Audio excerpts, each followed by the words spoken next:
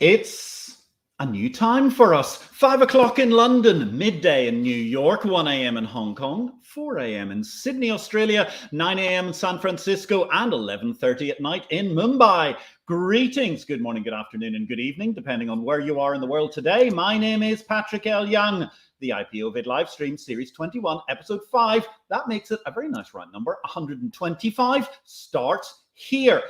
First of all, let me say a huge thank you to the Kazakhstan Stock Exchange CEO, Alina Aldambirgian, for her exemplary leadership in spearheading the International Exchange Forum, the role of exchanges in the transformation of financial markets last week in Almaty. The #1 financial conference, it was over 2 days. First day was hosted by the central bank. We were talking about the digital tenge on the 30th anniversary of the paper tenge currency in the Caucasian state.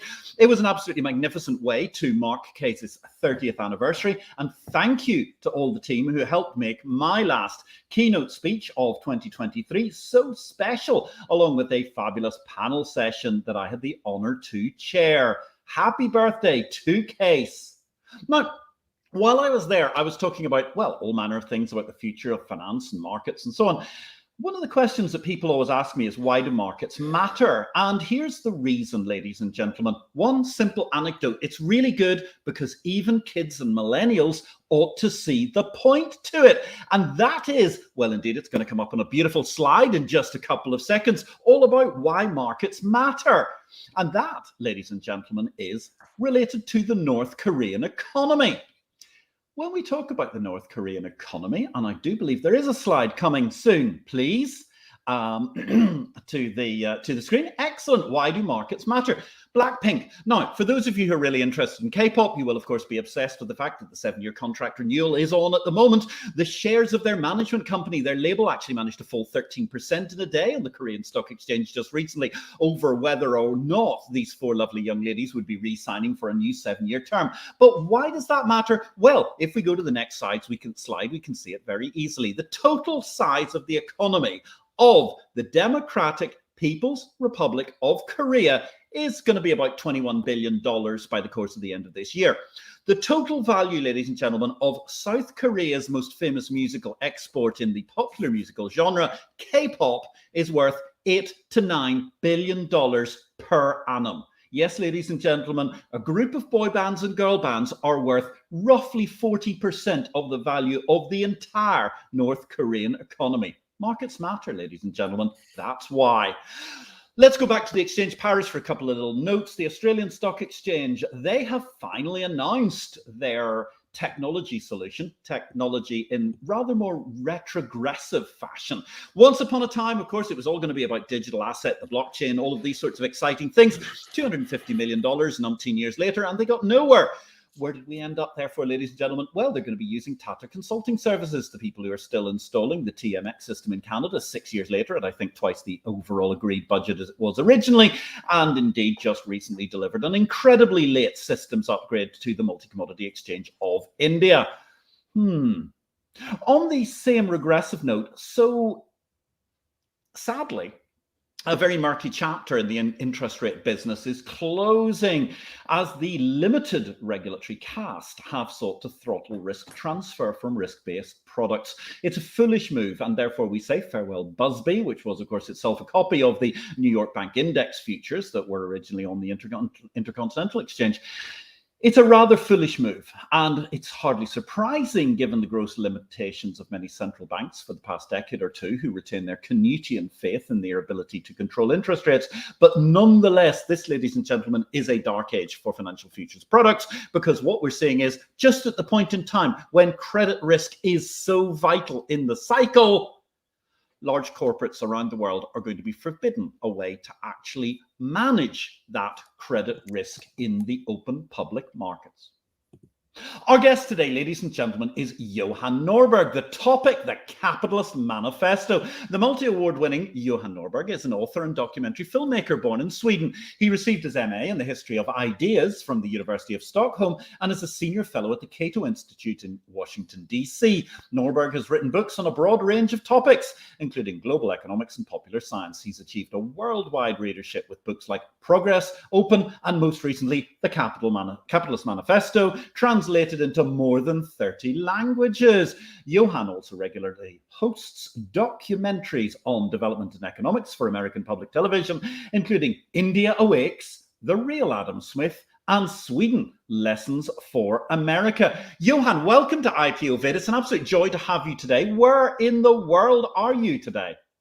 Thank you, Patrick. I'm happy to join you from my own country, Sweden, today, but not Stockholm, where I usually live, but in Malmö, southern Sweden. So if I had continued for another half hour or so, I would have been in Denmark. What a lovely place. What a lovely place to be all together as we approach into the winter months. I suppose your only foible at the moment is that the days are getting a little bit shorter.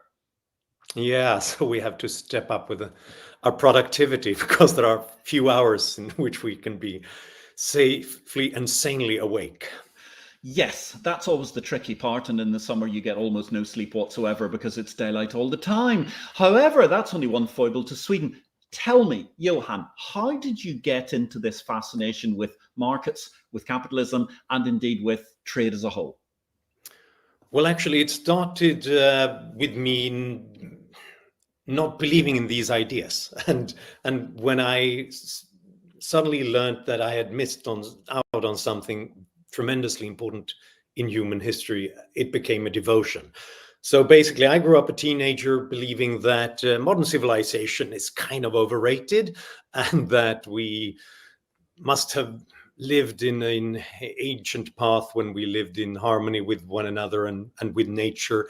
And that compared to that, the stress of today, big business and factories and stuff and pollution couldn't be good. But then I started reading history, and specifically I started to read up on my ancestors' history in northern Sweden, and soon I realized that they didn't live ecologically, they died ecologically at a very young age.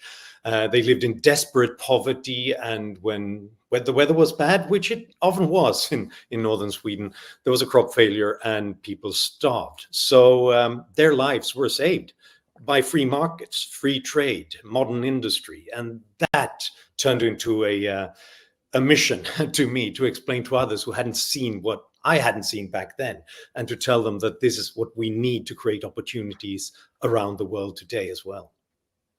That's really fascinating. So you went down an academic route and you were studying in some of the prestigious institutes of Sweden and so on.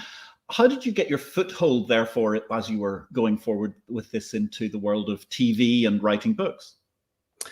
Well, I hang around at the University of Stockholm, and the audience is going to have they're going to have to decide how prestigious that is. But meanwhile, while I was doing that, I was constantly trying to write and talk on the side, actually, and writing articles and being constantly rejected by newspapers and magazine, which was great because that helped me to come up with better ideas and better pieces and try to adapt to what they were interested in. And sometime around the turn of the millennium, I began to be published in Sweden, and I got an offer to write a book on one of my topics.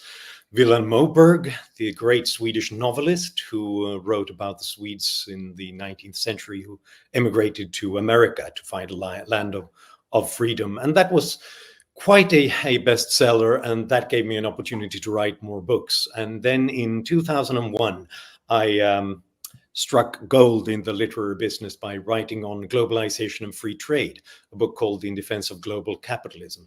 And it turned out that this was a debate that was going on everywhere, because these were the days of the anti-globalization movement, the protesters at every WTO meeting, IMF, World Bank meeting. And I was, to some, it seemed like I was one of the few who argued against them, saying that, look, we need more capitalism, not less.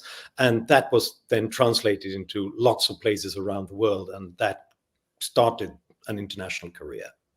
Fabulous. So, I mean, I'm quite curious, therefore. I mean, where do you think we are at the moment in terms of global capitalism and how it's working? Well, we're back to where we were when I wrote that book. And that's why I just wrote this recent new defense of global markets called the Capitalist Manifesto, because now suddenly free markets are under attack again. It seems like not just protesters and the traditional left, but also many on the populist right and the national conservatives in the US are suddenly hostile to free trade and argue in favor of active industrial policy and so on. And technocrats, the mainstream. We have governments in the US, in the European Union, in India and China, everywhere saying that they have to repatriate industry production. Again, they want to pick winners, subsidize particular industries, and not leave those decisions to market forces. So we're in a bad place when it comes to the opinion, but not when it comes to capitalism, because it's actually thriving. I can see why people are so miserable and think that the world is going to the dogs, because we've had a rough 20 years. We've had, the great financial crash, the pandemic, we've endless wars and chaos in the Middle East, Putin's invasion of Ukraine. And yet those 20 years have been the best 20 years in human history. When you look at objective indicators of living standards, 130,000 people were lifted out of extreme poverty every day over 20 years. And it happened in places that began to integrate into global markets. And that's why someone has to defend them. Well, it's a great point, because I don't know about your childhood, but my childhood was certainly spent a great deal of the time with, the situation where endlessly the children's television programs were always offering these appeals where we were trying, and I mean, don't get me wrong, it was horrible, but you had everything from, the classic 60s war Biafra all the way through the 1970s into the 1980s. And you look at the incredible waves of terrible poverty there was at that point in time. And yet nowadays, the number of people, I mean, it's so funny. Everybody said, we've got to get everybody on to $1 a day and then everything will be hunky-dory. And actually, it seems to me, ever since they managed to more or less remove world poverty, certainly, I mean, it's no longer the case where 20-30% of the world are living in extreme poverty. Ever since, everybody's gone, well, the world's terrible. It's really awful. It's a terrible place to live in. And yet, as you say, I mean, that's an incredible number. 130,000 people a day being lifted out of poverty is mind-boggling. Yeah, it is, but we're not happy. we're all miserable, and I would guess that's partly human nature. I mean, when problems solved, are problems forgotten, and then we just move on to the next problem. And that's why we need to study history, and we need to talk to our parents and grandparents if they're still alive, and to find out what they were going through, because in so many ways where we've had freedom, entrepreneurs, scientists have innovated ourselves out of problems again and again. But it's also the case that the anti-capitalists, keep on moving the goalposts. So, yes. I mean, once upon a time, they said that, look, here in the Western world, that's what Karl Marx said in that other manifesto, the communist one. Said that, look, if we have capitalism, yes, a few people will get super rich, but the proletarians will starve and the middle classes will become proletarians. But eventually we all now, actually, the average person in Western democratic societies live like the kings did when Karl Marx, well, better than kings, because we also have smartphones and a wider selection of food and transportation opportunities. But then they said, yes, but that's because we exploit the poor in the rest of the world, because it's always a zero-sum game. That's what people think. But then obviously, as countries, first East Asia, but now more countries around the world are beginning to liberalize their markets, they grow faster than we did back then, and reduce poverty faster than we did during the Industrial Revolution. So now they're saying, yeah, okay, we're solving those problems, but what about the environment? If more people if people are not starving, and if they're not desperately poor, then they'll be able to travel and produce and consume, and that will be bad for the planet. So then we had to deal with these problems, which, by the way, is something that only innovative and market-based societies can do, I think.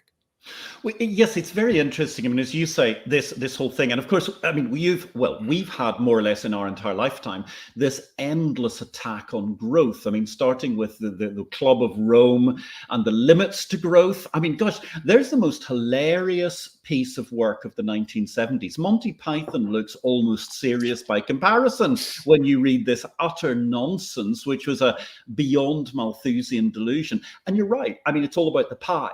Nobody seems to think the pie can grow in these groups, and yet when you look at it, the pie has grown exponentially in the course of the last 30 years alone. Yeah, and that's another interesting data point. Again, we've had 20, 25 rough years, and yet if we try to measure our average living standards by GDP per capita, almost a third of the wealth that the average person has ever attained, ever in human history, was produced during these 20, 25 years. That's pretty amazing. And that tells you that it's not a zero-sum game. We keep on, if we come up with better solutions, better ways of doing something better, faster, or cheaper tomorrow than we do today, then we're all better off. And on a free market, no deal ever happens unless both parties think that they walk away from it in better shape than they walked into it. And that's positive sum, all of it. But somehow it seems like our brains aren't tuned to it. It seems like we have a hard time understanding it. It's quite counterintuitive. And to me, I have to find the explanation in humanity's prehistory, because it's so recent. We are so lucky that we get to live in these 2 centuries, basically, when we've had an explosion of growth, of innovation, of poverty reduction. We've gone from around 80% of the world population in extreme poverty back 200 years ago to 8% today. We should be lucky and count our blessings just being able to live in this, and not to mention life expectancy, which was 30 back then and over 70 around the world right now. However, since it's so recent, and since it's only happened just recently, it means that that's where all the goods and services and technologies we've got come from. But it's not where our brains come from. It's not where our instincts come from, and many of our belief systems. They come from a previous era when life was harsh, brutish, and short. And since we didn't have growth and innovation, if someone was richer than you, he probably stole it from you. So it made sense back then to develop this idea that the world is a zero-sum game. And now we're just going to have to count to 10 and study economics and history to understand that that's not the world we're living in anymore. So really fascinating, super energetic intro. It's magnificent altogether, Johan. Tell us a bit about your most recent book and your arguments for capitalism in the Capitalist Manifesto. Yeah, my starting point is that everybody read the past few decades wrong. Not everybody, probably not you, Patrick, but most people I talk to, and especially politicians, they read it wrong. They think that we've just learned, because of the pandemic, because of war, that it's dangerous with international supply chains, free trade is not reliable, free markets don't produce the goods. I think we just learned quite the opposite. And I think the pandemic is a great case in point.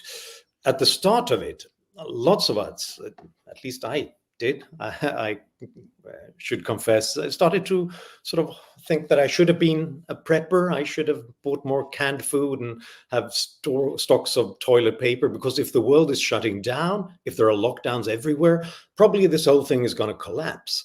But it took days, and then suddenly all the shelves were stocked again.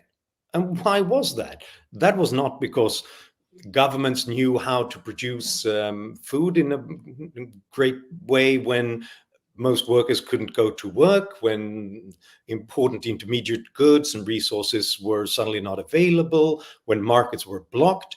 It only happened because the experts, people on the ground, on the factory floors, entrepreneurs and farmers, they looked at what they had at hand and started to improvise and adapt to their local knowledge with their individual creativity, and started to rebuild supply chains in real time. It was the harshest, most difficult test you could go through for global markets and they triumphed. Yeah. All these devastating shortages that we thought were going to appear, they were out of the way in a matter of days. And, you know, if we would have discussed this 10 years ago and said, we will have a pandemic, the biggest since the Spanish flu, half of the world's population will be under house arrest, and then Putin will invade Ukraine, I think we would all have expected that we would now be in a post-apocalyptic movie. We would all be walking around like Mad Max or in The Last of Us or something like that. But despite the horrors, despite all the destruction that authoritarians and despots keep on piling upon us, life is pretty good. Yeah, and poverty keeps being reduced. So that tells you something about the power of capitalism.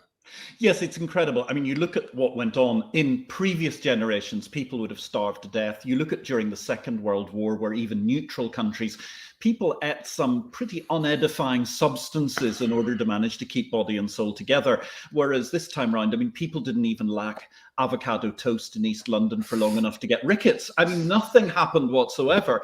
And indeed, when that captain intrepidly handbrake turned that ship, was it the Ever Given in the Suez Canal? I'm not quite sure what he was doing. What a maneuver from the Fast and the Furious, I think.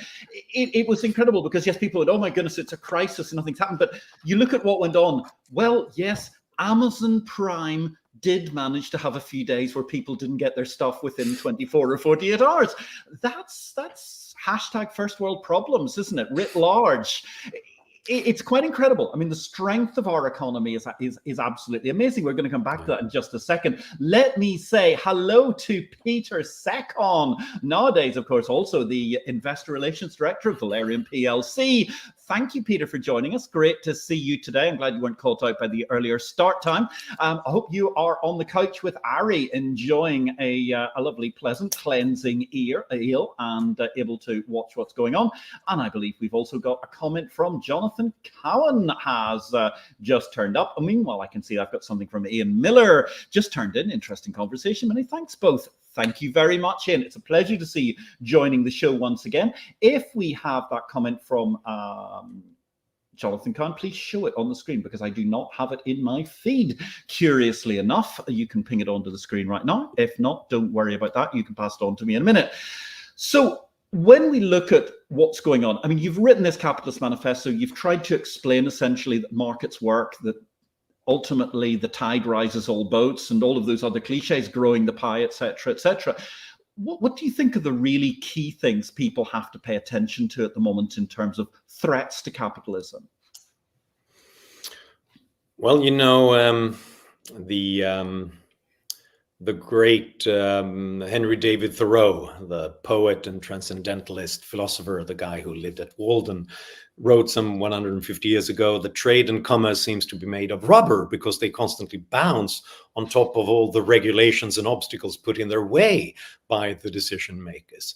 And that's what solves us again and again. But there's a limit to how much they can do that. If the obstacles are too difficult, too many.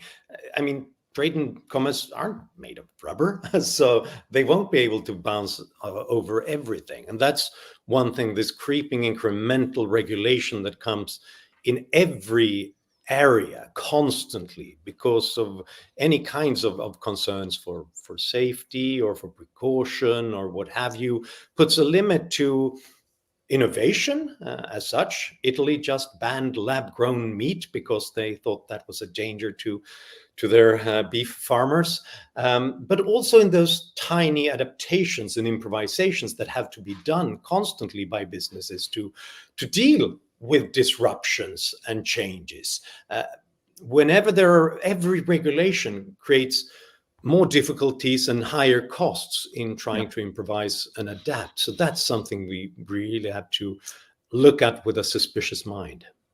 Yes, the other thing, I mean, strikes me out of all of that is also the inability of government. They're very good at adding new regulations. They're very poor at finding a way to comply easily. And certainly the one that drives me insane is having just spent a couple of days in an obscure part of the world looking for a FedEx courier who could get a document to Hong Kong. for no good reason. I mean, an electronically signed or even a signed, printed and scanned version would have done exactly the same thing, because that's all the government are going to do for it. But yet, at the same time, you have to send this incredible amount of paperwork around the world, which makes no sense in many respects. It's quite fascinating. Thank you very much. I've just got the comment through. We have a slight pause on our LinkedIn feed at the moment. But Jonathan Cowan, great to see you, Jonathan. I have done a lot of work in Sweden and the Nordic region. I love these guys. They're the very nearest to us, and once more, true Celts. No. Well, now there's an interesting accusation to be made against you. I'm not sure that's a fair one, to be part of the one of the world's most pugnacious races, the people who started just outside Belgrade and fought their way all the way to Ireland and told basically they'd nobody else to fight.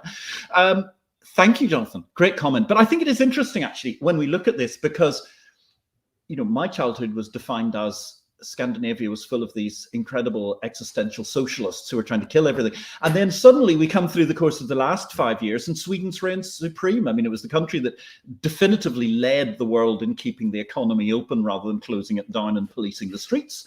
You're doing incredibly well as an economy per se. And I think actually one of the things people don't follow is the fact that the economy is actually remarkably open for business. Yes, it is. And one reason why it is, this is the explanation for this paradox, I think, is that we got vaccinated, inoculation. We tried socialism in the 1970s and 80s, and that has helped us to resist it later on, because we did do that. Especially Sweden was ahead of the pack for 2 decades. Sweden actually doubled the size of government, of total government spending, and increased taxes and regulated everything and introduced price controls and what have you. And actually Swedes thought, and Swedish politicians thought, that they could do this because we were already one of the richest countries on the planet, based on 100 years of a very open economy, very limited government. We got these big multinational companies and a very competitive private sector. That made us almost richest on the planet. But then politicians made that mistake in the 70s, thinking, okay, why bother? We can do anything. We can't fail. So let's just start spending money and redistribute big time. And that's what they did for 20, 25 years. And this is what everybody still remembers about Sweden. That's what they always ask me about around the world. Are you still socialists? But this was really a horrible era in so many ways. For more than 30 years, we didn't create a single net job in the private sector, not a single net job. And many of our most important businesses, you know, IKEA left Sweden. Tetra Pak moved away from Sweden, many of our greatest entrepreneurs. So we became more equal by chasing away all the rich people. And that was the one era in modern Swedish economic history when we actually lagged behind other rich countries. And it all ended in a complete mess in the early 1990s in a financial crash. For a brief moment in time, we even had to introduce, the central bank had to introduce a 500% interest rate. So nowadays we think that 5% is quite a lot. Pretty nifty. That was 500%, because nobody wanted the Swedish krona. Nobody wanted to lend us any money. And at that point in time, even the Social Democrats said that enough is enough. Let's go back to the model we had before, of a more open economy, smaller government, reducing taxes and reforming social security and many of those things. And so I think that nowadays, when you look around Europe, Sweden is, when it comes to the welfare state and social spending, quite a normal Western European country. And when it comes to markets, it's a more open and a more capitalist economy than the average European economy. Yes, it's absolutely fascinating. I mean, as you mentioned, Tetra Pak, the people who did essentially the ultimate containerization, but for the consumer, they had quite an incredible business. And they were, I think, Knightsbridge Gain at the loss of Sweden's in terms of having bought quite a large amount of SW1 subsequently to house their families. it is fascinating how these things turn around. And it's certainly very interesting. You consider the fact that in the early 1990s, as you say, in that crisis, I mean, even the OM, the Swedish Stock Exchange, was actually looking, they opened an office in London because the government introduced withholding tax on bonds, and therefore they gave a great piece of arbitrage as to how financial market infrastructure could go, which is just a little bit of a nerd out for our home readers in the world of exchanges. What do you think of the world right now? Because there are lots of countries that have gone through incredible cycles. I mean, the UK, for example, is in this, I think, horrible nadir at the moment. They've all forgotten what Mrs. Thatcher did to rescue the country from a fast track to the third world during the course of the 1980s. You've had quite an incredible turnaround in, say, New Zealand, where it was actually the socialists who did a great deal of work to really make that a powerhouse economy. Are there any nations that you see particularly at risk? And are there any nations that you see in a particularly exciting phase of deregulation, growth, and capitalism? Yeah, that's a good question, because in a way, I think we're all at risk of making that Swedish mistake of the 1970s, thinking that, taking wealth for granted, because it's fairly comfortable, and then he that has satisfied his thirst turns his back to the well, and you forget about how difficult it is to create successful business models and create growth and create innovation, and that it takes open and free markets. So lots of economies are making these mistakes, and they've tried to deal with problems of less growth and disappointing productivity by borrowing heavily. And this is one thing I would keep an eye on in the future. The average of OECD public debt right now, it's getting to the 100% mark. Yep.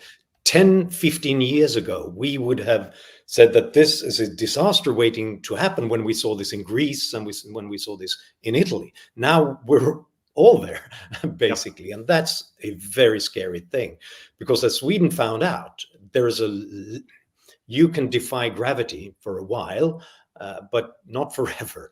And there's a point at which, when people begin to hesitate, there's a rapid change of equilibrium. So things can go wrong. And there is this worrying sense I get sometimes that we aren't able to really reform our economies unless we end up in a major crisis.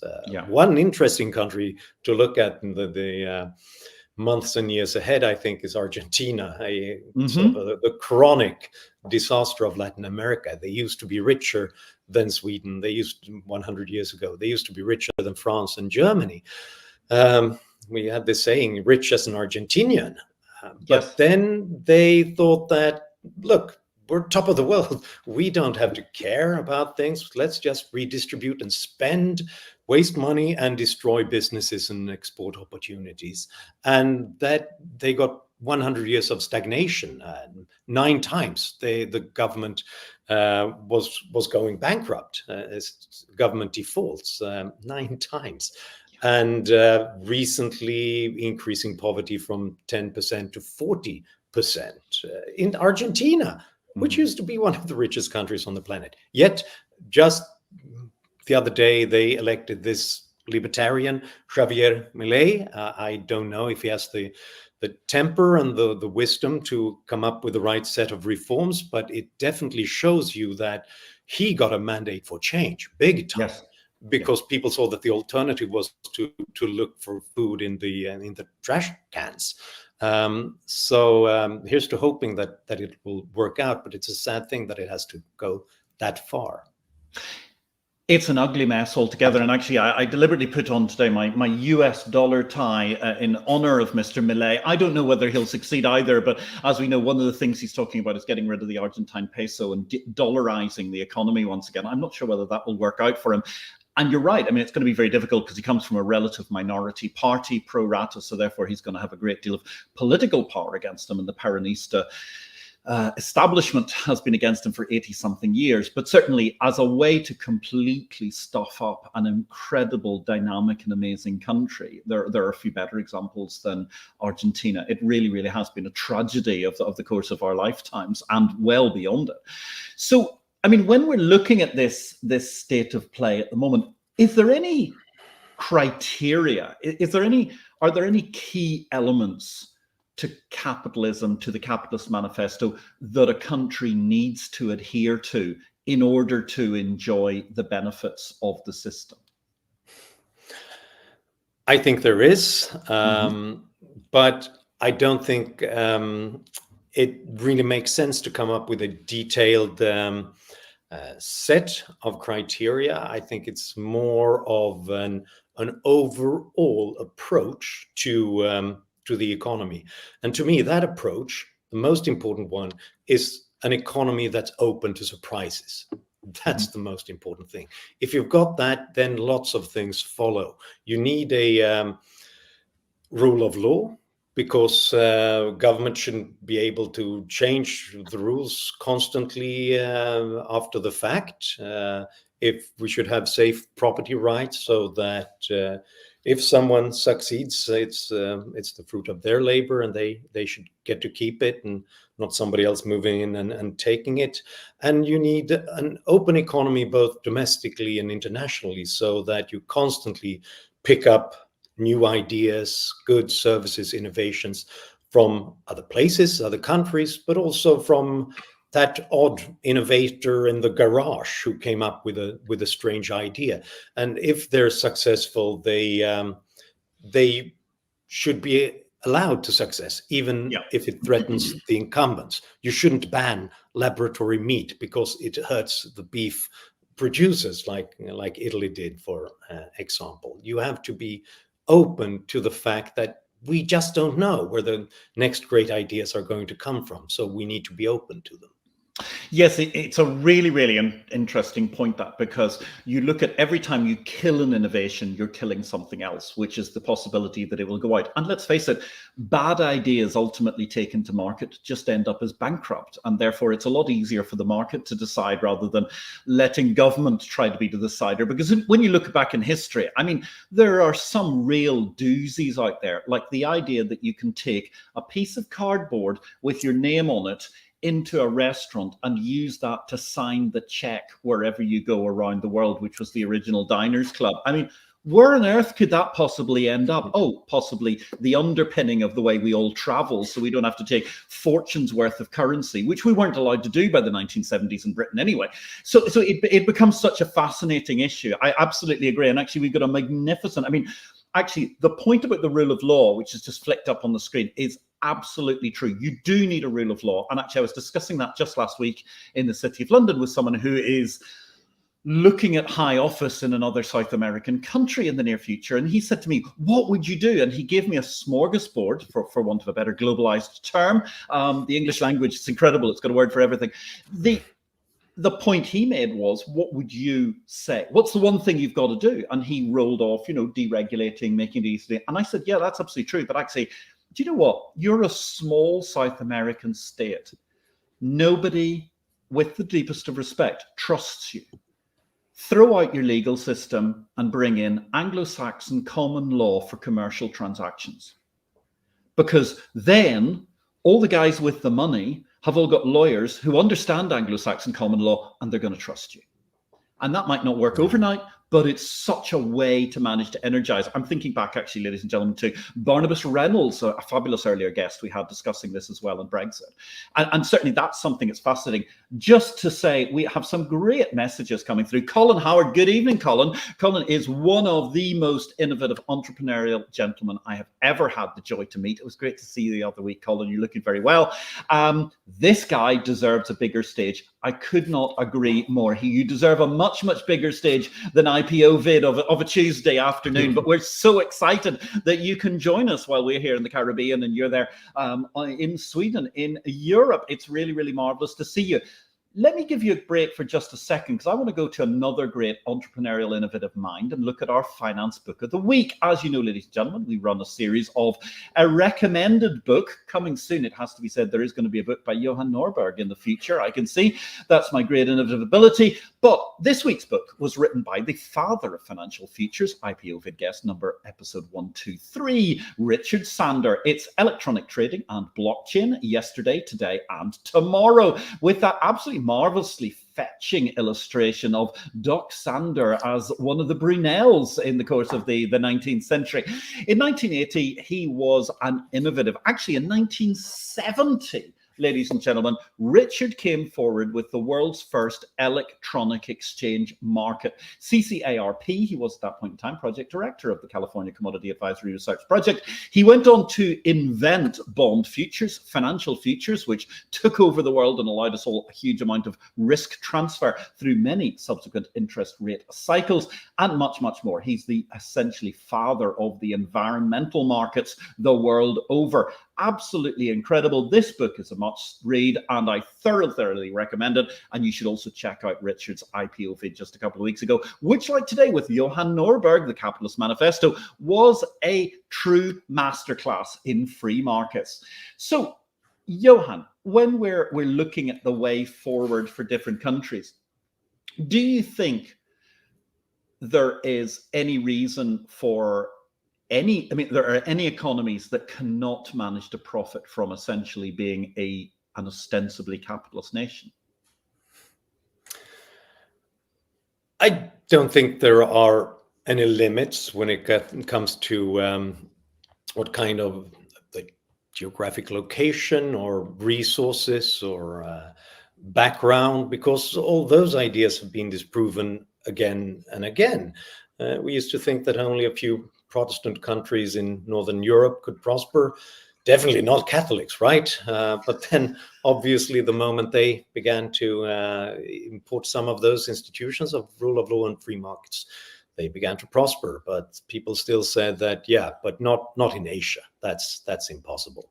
But then, South Korea, and apart from Japan, of course, South Korea and Taiwan did it after the Second World War. And then if you look at the literature, lots of people said that, yes, they managed, but that's because they're so small on the periphery of world markets. Then it's possible to enter global markets in a way. But apart from that, it's impossible. Then China and India picked up a few tricks and began to liberalize their economies, at least a bit, and recorded record growth.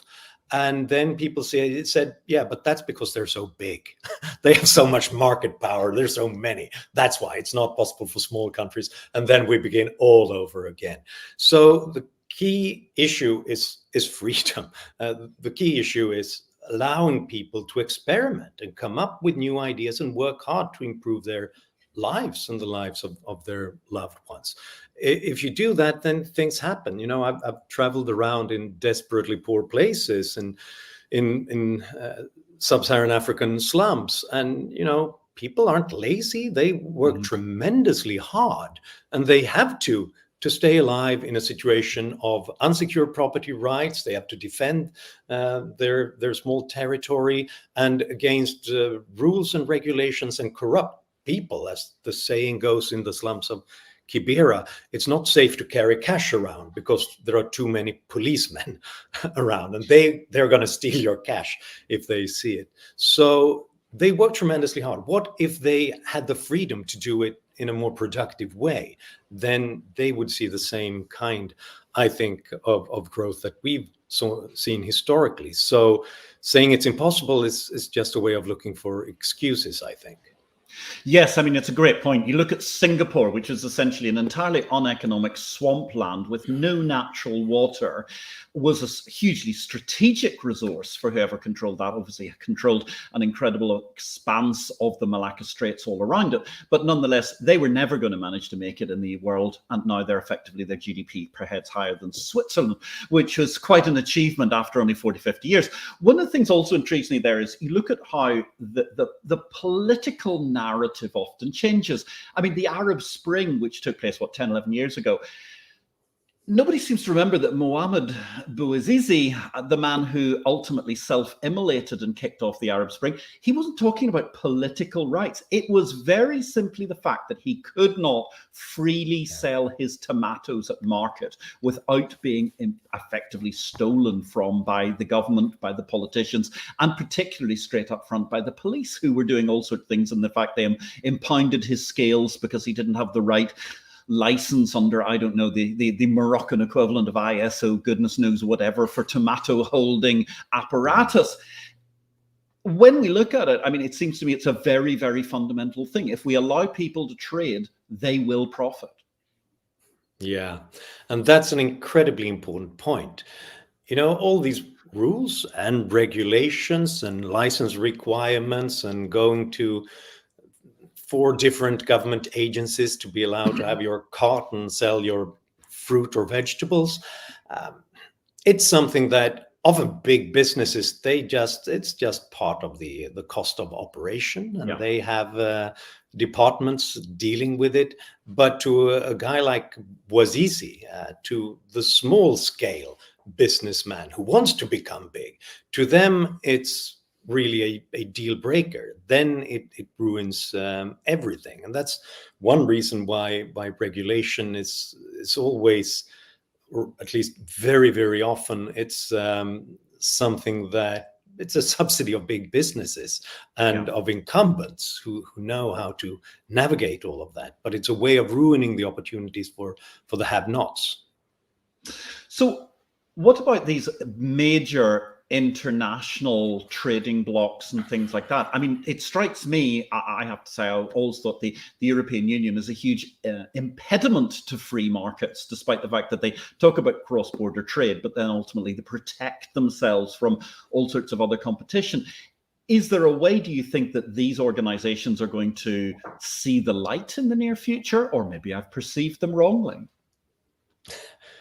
If they see the light, it's more of an approaching train they're seeing than the end of the tunnel, because I think that what we're going through right now is we're in a bad place, partly because of this fear of the world, because of the pandemic, because of geopolitical tensions. There's this sense everywhere, and not the least in the European Union, that to be strong, we have to repatriate production. We have to make sure that we get all the important stuff back home to Europe. So probably more subsidies, more tariffs are coming in the near future. And to me, this is all based on a terrible, terrible misunderstanding. There's a reason why the traditional saying doesn't go, put all your eggs in one basket and protect it with tariffs and regulations. Because if most problems, most disasters are local and regional by nature. It's a drought, it's an extreme weather event, it's war, it's a cyber attack, it's whatever. Then it's incredibly important to be able to use trade links and supply chains to improvise and to adapt. If you have all your production back home, then if trouble hits there, it's game over. This is what America recently discovered with the baby infant formula. They had been very successful in repatriating all the production because they had all these tariffs, they had regulations, so no European infant baby formula was allowed to be sold there. Then that felt safe, right? They had it all close by. But then all it took was problems in one factory in the fall of 2020 or something like that to create a national shortage. Young expectant mothers were sort of taking the car across the borders to Mexico to buy the stuff. So it's a terrible misreading of what creates resilience and security. But I think one reason why they do it is that there's always a large supply of lobbyists who will tell you that, look, our production is an essential good, and to stay here, it would be nice with some being able to put our hands in the pockets of the taxpayers. So they will have an audience.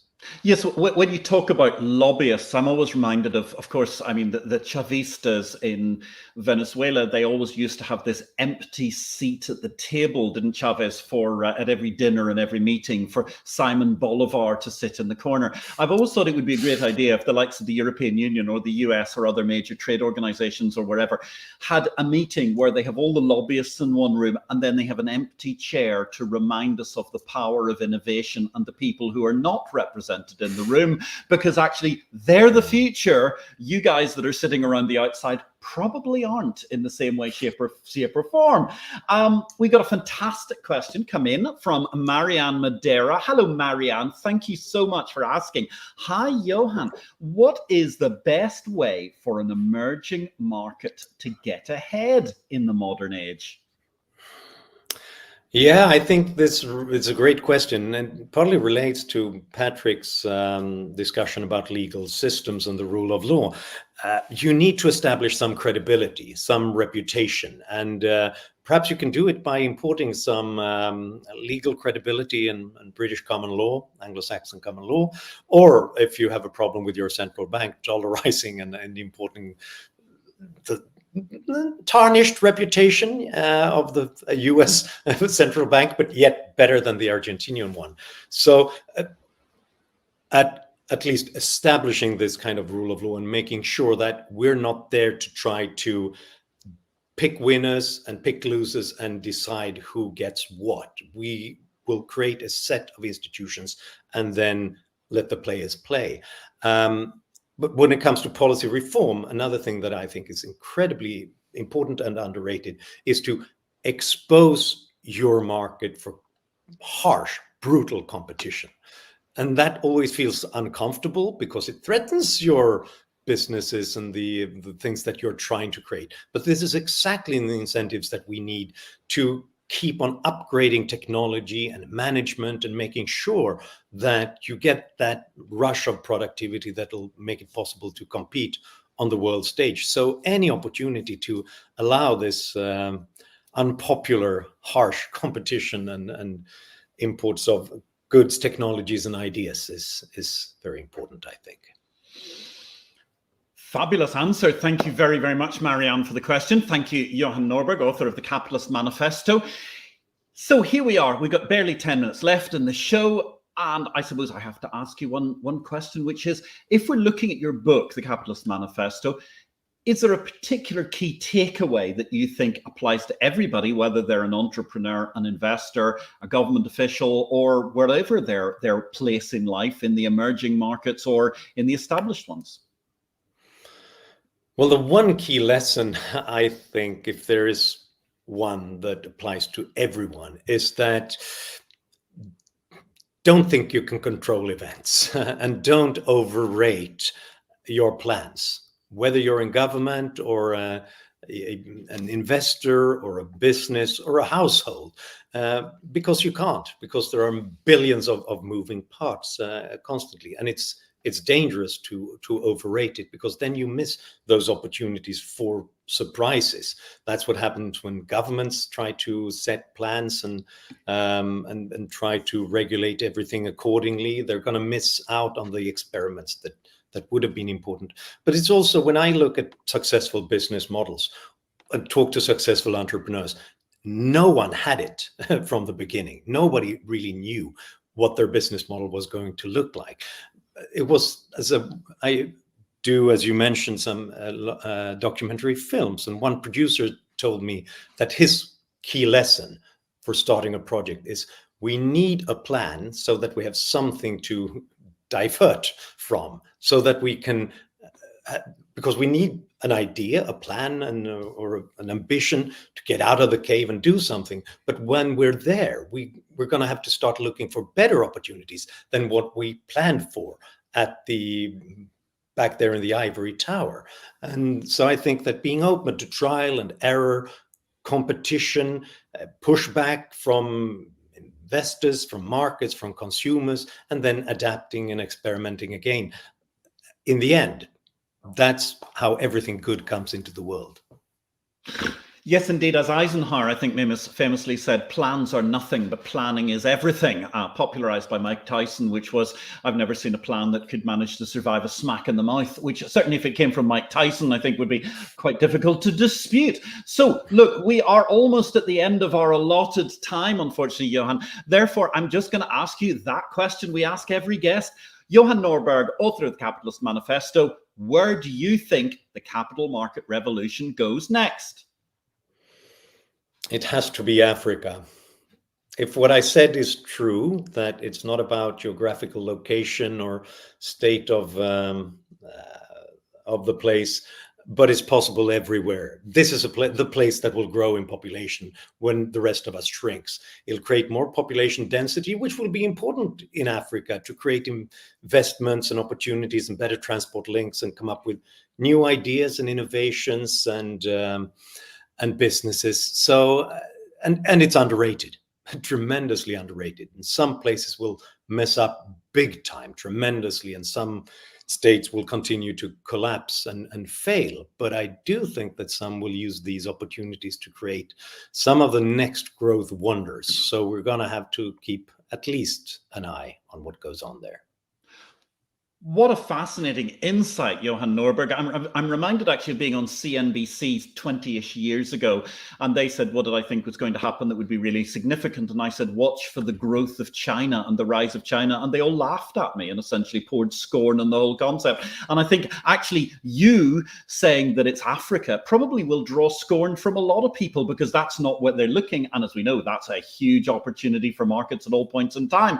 Ladies and gentlemen, that is going to conclude today's show, although we could quite happily carry on, I think, for another couple of years chatting to Johan. But we've had, well, in his own words, a magnificent rush of productivity as we look at the Capitalist Manifesto and how that's impacted on things throughout the world. Thank you very, very much to our commenters and questioners today, Peter Second, Jonathan Cowan, Ian Miller, Colin Howard, and Marianne Madeira. I want to thank our production team hugely, Herminia, Mary, and Natalie. I'm sorry we're having a few problems with the LinkedIn feed earlier on, but hopefully that has been cured.